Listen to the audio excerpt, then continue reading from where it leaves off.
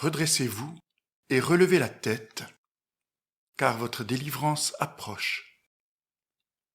C'est le Christ qui parle, et cette interpellation est le mot d'ordre pour la semaine du 2e dimanche de l'Avent.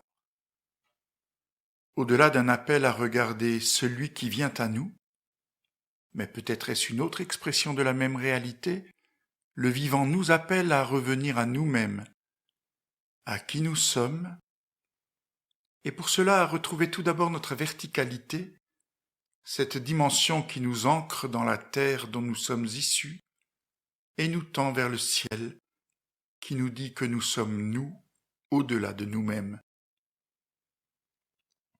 Ô mon Dieu, je t'attends. Tu es celui qui doit venir. Laisse-moi te donner ce nom. Il est voilé, mais il est sans fard. Tu es l'hôte annoncé dont chaque jour j'attends l'évidence. Tu es la joie que ma prière voudrait accueillir. Je t'attends. Tu es celui qui doit venir. En t'attendant, le temps est long, et il a fallu le meubler d'agissements. J'ai appris la solitude, le rire et la peine et la violence du monde déchu. J'ai déchiffré les visages et les gestes de mes compagnons de routine. J'ai construit des machines de rien. Je me suis affairé à des jeux d'enfants pauvres. Et je me suis débrouillé, livré à moi-même. Je t'attends. Tu es celui qui doit venir. Mais déjà la nuit descend vers l'horizon. Je suis prête pour toi. En moi, la paix descend d'au-delà des collines comme une naissance seconde qui fait tout éternel. Je t'attends. Tu es celui qui doit venir. Amen.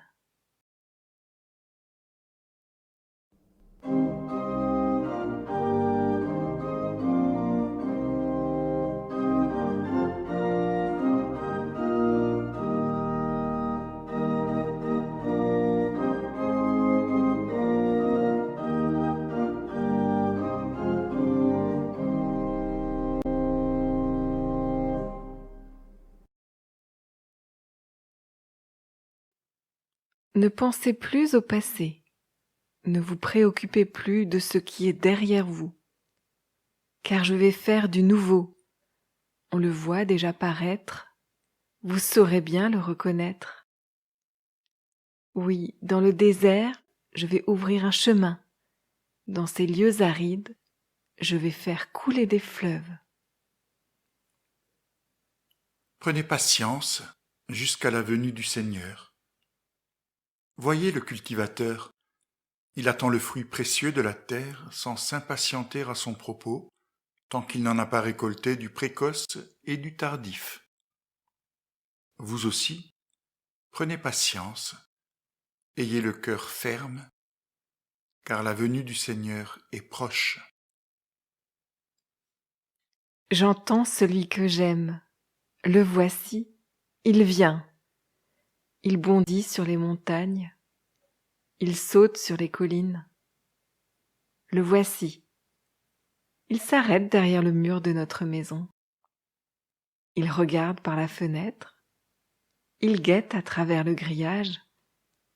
Et maintenant il me parle. Il me dit : « Lève-toi, mon ami, ma belle, et viens. La mauvaise saison est finie, la pluie ne tombe plus, elle s'en est allée. Sur la terre les fleurs paraissent, c'est le temps des chansons. Dans les champs, voici la voix de la tourterelle. Lève-toi, mon ami, ma belle, et viens.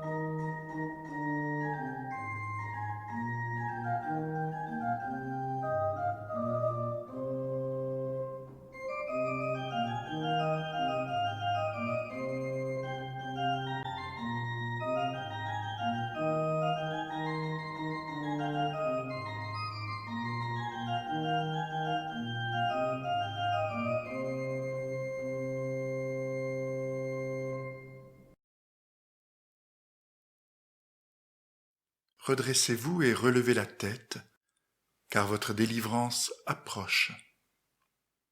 J'entends celui que j'aime. Le voici. Il vient. Il me dit, lève-toi et viens. Les textes bibliques qui nous accompagnent dans la période de l'Avent sont, pour beaucoup, porteurs de cette double posture, et ils nous y invitent.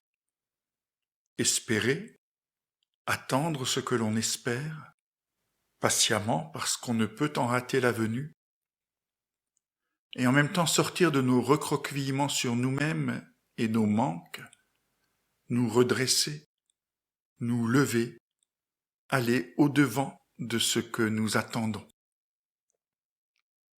Nous vous invitons maintenant à un temps de méditation personnelle autour de ces deux questions. Qu'est-ce qui me manque? Qu'est-ce que j'espère? Qu'est-ce que j'attends? Pour moi, pour les autres, pour le monde. Et comment cela me met-il en mouvement, en action? Vers quoi? Vers qui?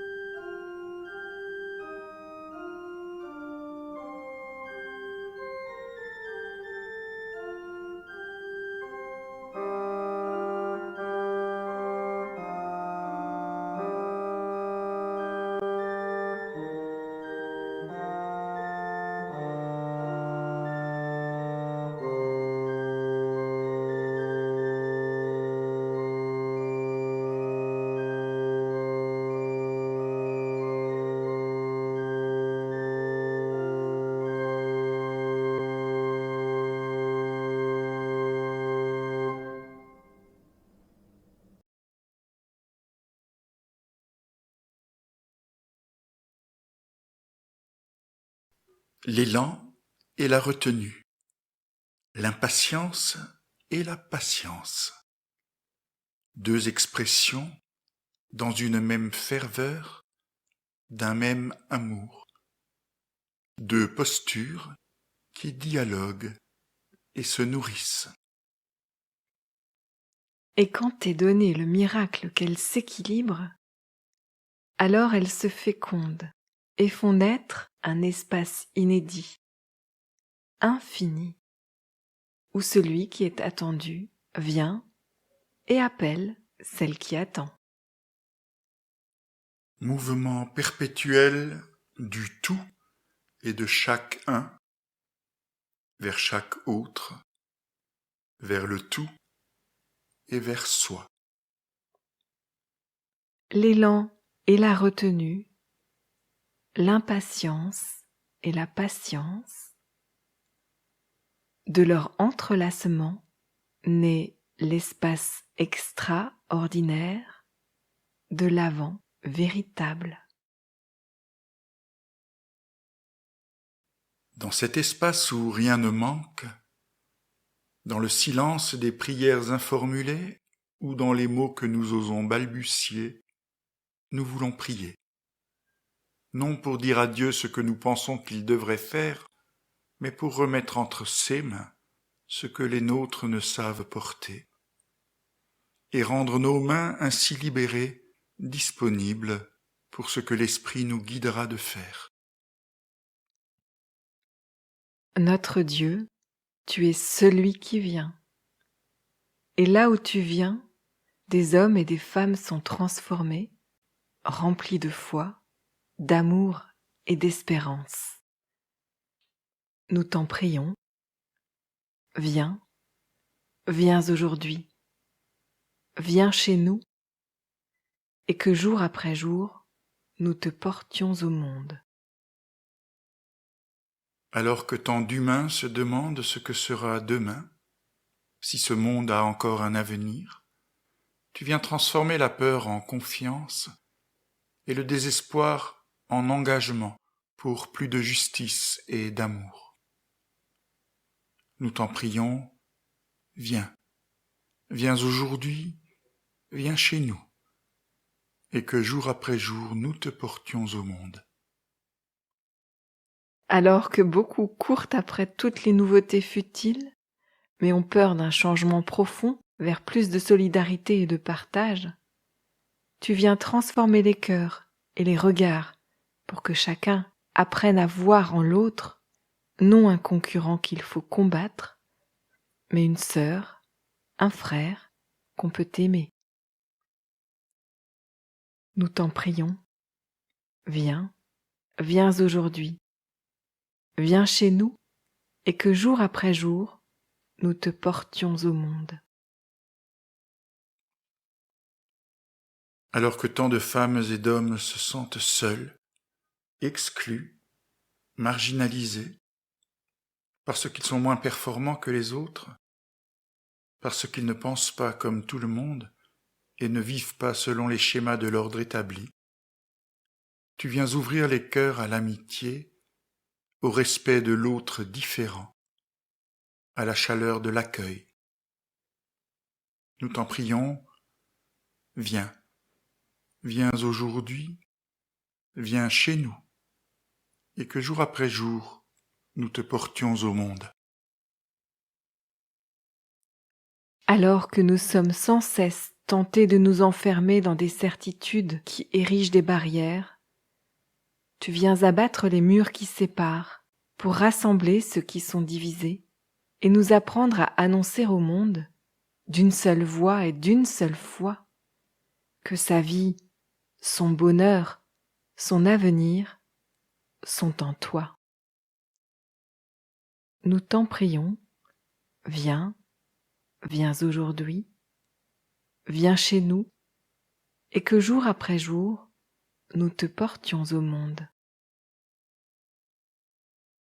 Viens faire toutes choses nouvelles en nos cœurs et dans le monde, et que vienne ton royaume où tu seras tout en tous.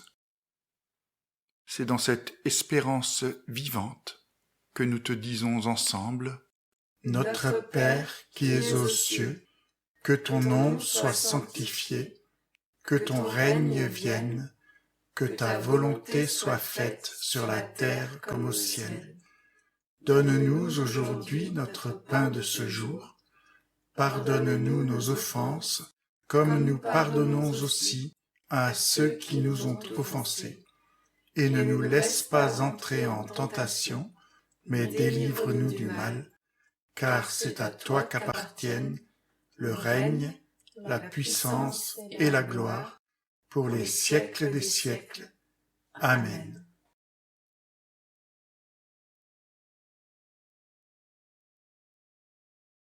Commence. Commence encore, même si tu as déjà commencé. Commence, car la genèse des choses à dire, à comprendre et à aimer, c'est aujourd'hui. Commence à la manière de Jésus, à la manière dont a commencé sa tendresse. Commence. Commence avec tous ceux qui commencent, et dis toi aussi que cela est bon. Vois que cela est bon. Commence si tu as 100 ans. Commence. Sors en avant et puis persévère. Sais-tu que dans le mot persévère se cache le mot sévère, car en vérité c'est une chose grande mais rude que de persévérer pour l'homme. Mais commence dans ce mot, et avec ce mot, sévère et doux. Si tu commences et persévères, tu seras pour ceux qui vont et viennent dans la vie un jardin bien arrosé, plein de fleurs et de fruits, pour les jours doux comme pour les jours sévères.